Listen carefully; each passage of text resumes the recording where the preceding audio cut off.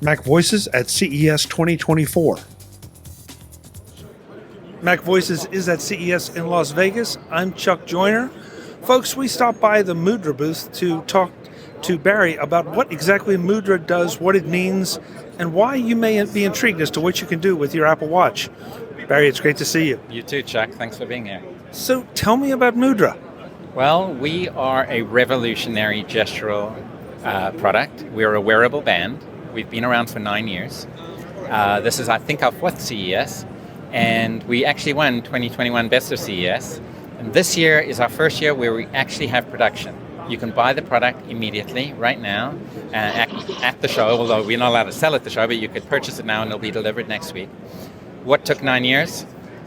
Our Chief Science Officer, Guy Wagner, who used to work for Intel, had an idea. He said, I wonder if I could measure signals from the brain, but not at the brain. I wonder if throughout the body there are places that are more prone to having signals than ones that are less. So there's a concept called the hormonculus. The hormonculus tries to show how much neurological activity is generated in the brain.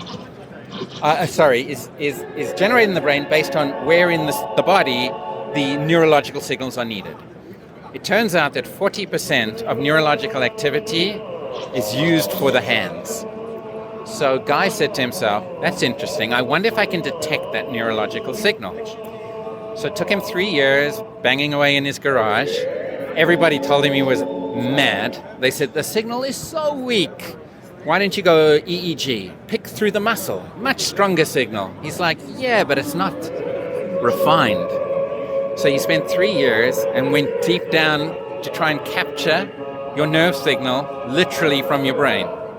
So there are 3 signals that travel from your spinal column, down your arm, median, radial, and ulnar nerves. We capture that just before it hits your hand at the nanosecond level. We're pulling them all the time. We see what the waveform looks like.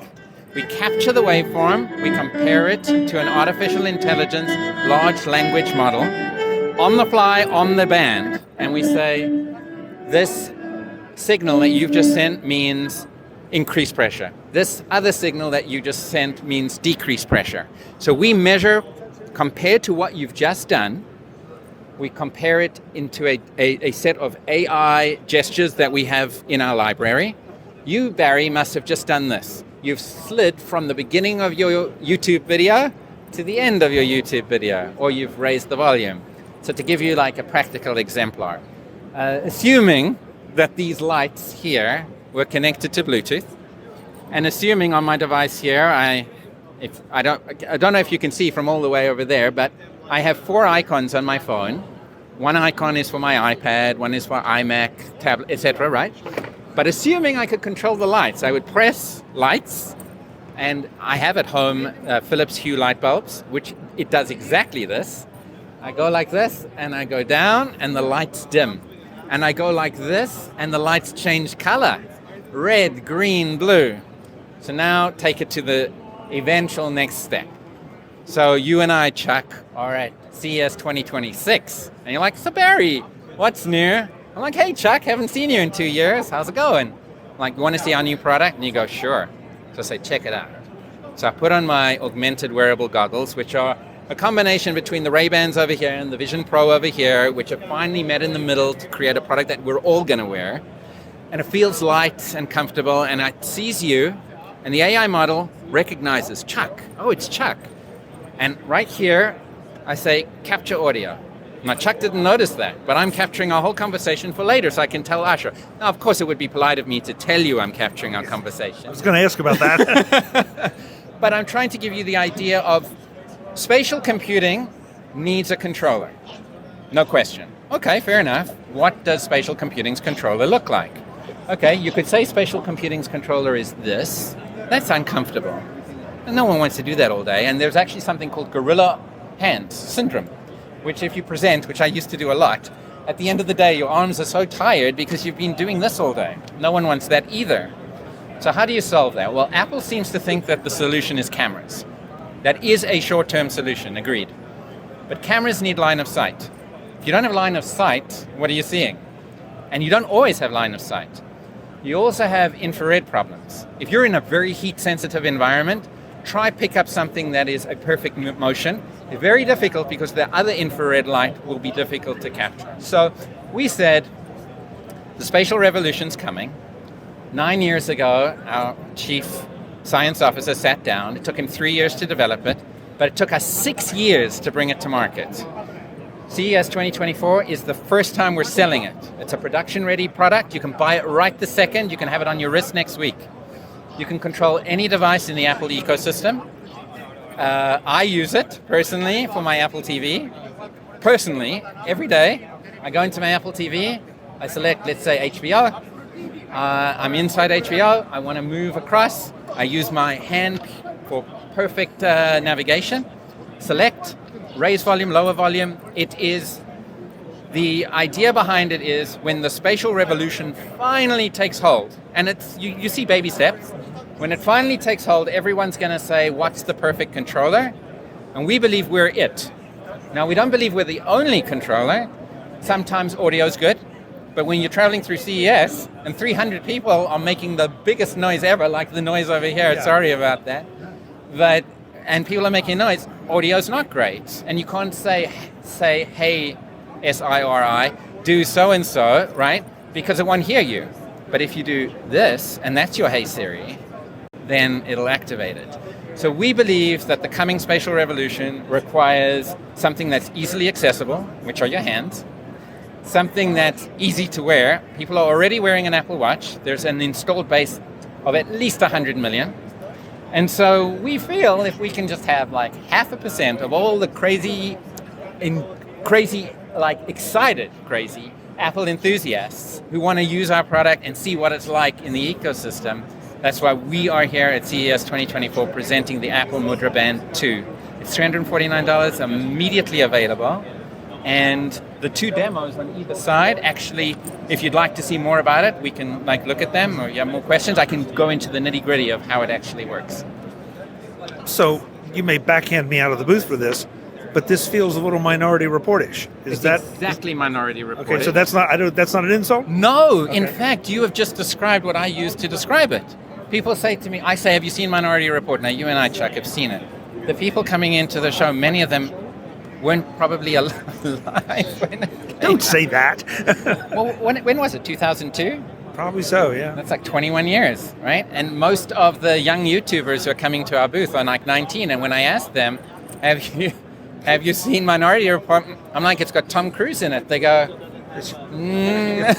I'm like, well, imagine doing this. And they go, oh, I get it. I'm like, yes. So we have one, but imagine two. And actually, if you see over there right now, he's doing pressure. Pressure sensitivity right behind us, Chuck, is what differentiates us from everybody. Why do I say that? Imagine, and so people ask, what are the use cases? So we're here at CES 2024, and Chuck, I have a drone. And I want to hover the drone just here. Right? You're picturing it. You're perfectly. And I'm seeing the drone image here. Controlling drone, seeing drone. I can't say who we're working with, but for sure this is coming. For sure this is coming. CES 2026 drones will be flying through, and people like me will be controlling them with my brain. This is fascinating, and the fact that it's a shipping product. We were watching the demo before we sat down with you, and it's, watching it, trying to understand exactly what's going on. So I have to ask just a little bit about the logistics. Sure. So I buy your band, I put it on my watch. Obviously there's some configuration to do for my UV light bulbs or my Apple TV. Does it come with a pre-programmed set of commands, or am I training each command? You're doing no training. It's actually got itself a little training system for you, so you can get used to the gestures. And then it'll tell you how to pair everything. And it'll walk you through the steps. This is how you pair this, this is how you pair this. Took me, because I always treat myself as the first customer. They sent me, I think I got the first production version, where we are in January. I think I got it October 15th, thereabout, the very first one off the line. Plugged it in. It took me about, I think, 5 minutes. And now, yes, I know the product, but I treated myself as a first-timer.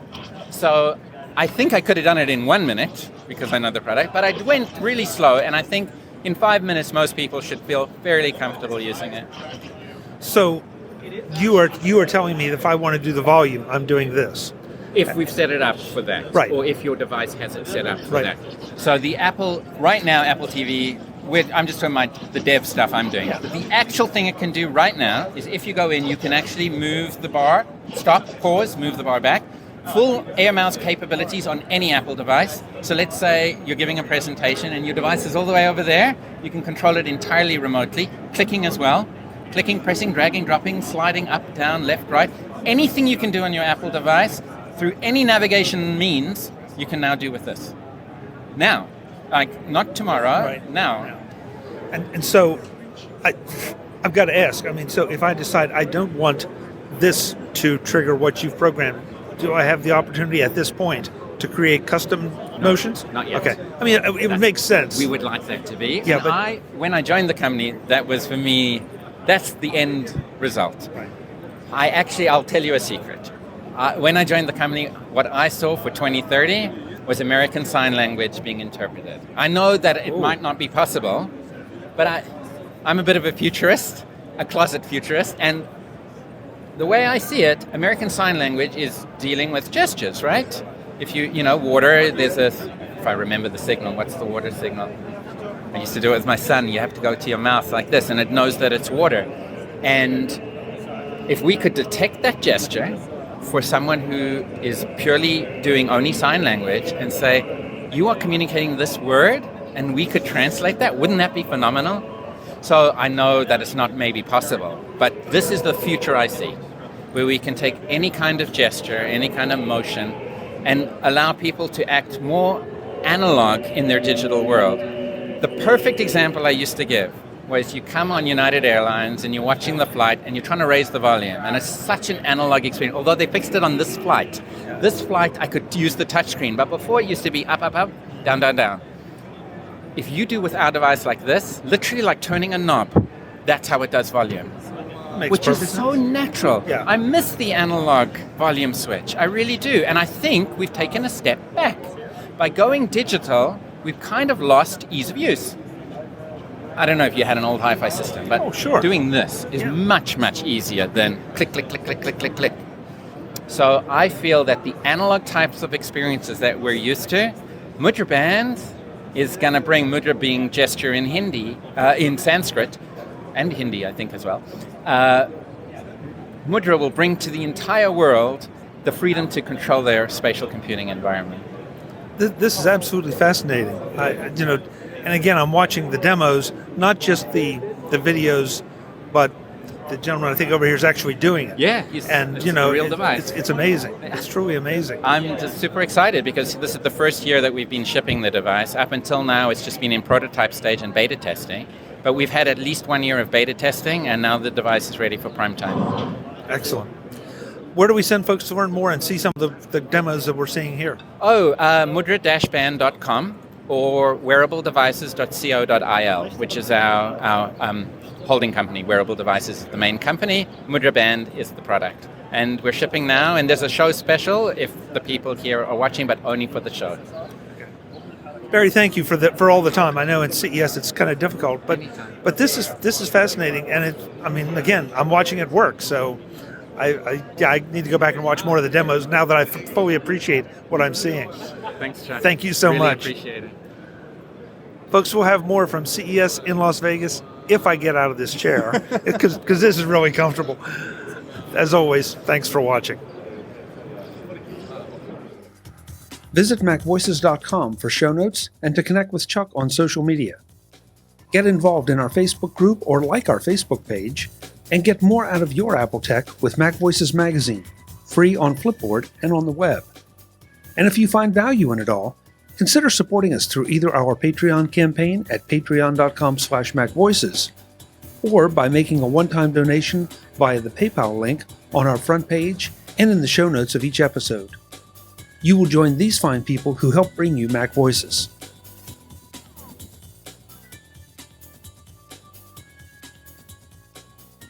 Advertising handled by Backbeat Media at backbeatmedia.com. Bandwidth provided by CashFly at cashfly.com.